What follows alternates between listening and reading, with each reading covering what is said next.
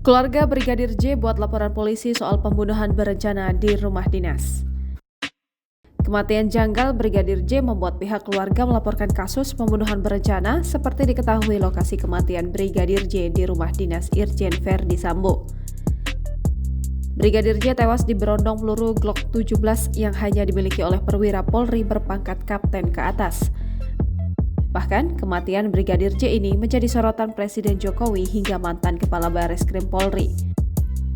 Untuk diketahui, tim kuasa hukum Brigadir Nofriansyah Yosua Huta Barat alias Brigadir J mendatangi Bareskrim Polri Jakarta Selatan pada Senin 18 Juli 2022. Tim kuasa hukum tiba sekitar pukul 9.45 waktu Indonesia Barat di Bareskrim Polri. Setidaknya ada 4 orang yang menjadi kuasa hukum Brigadir J.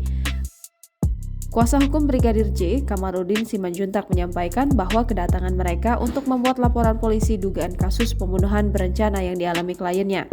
Selain pembunuhan berencana, kata dia, pihaknya juga melaporkan dugaan kasus pencurian atau penggelapan ponsel milik Brigadir J.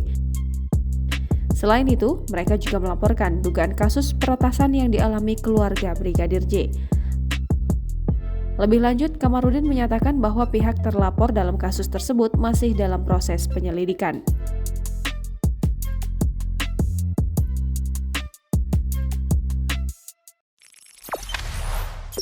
Jangan lupa subscribe, share, komen, dan like ya!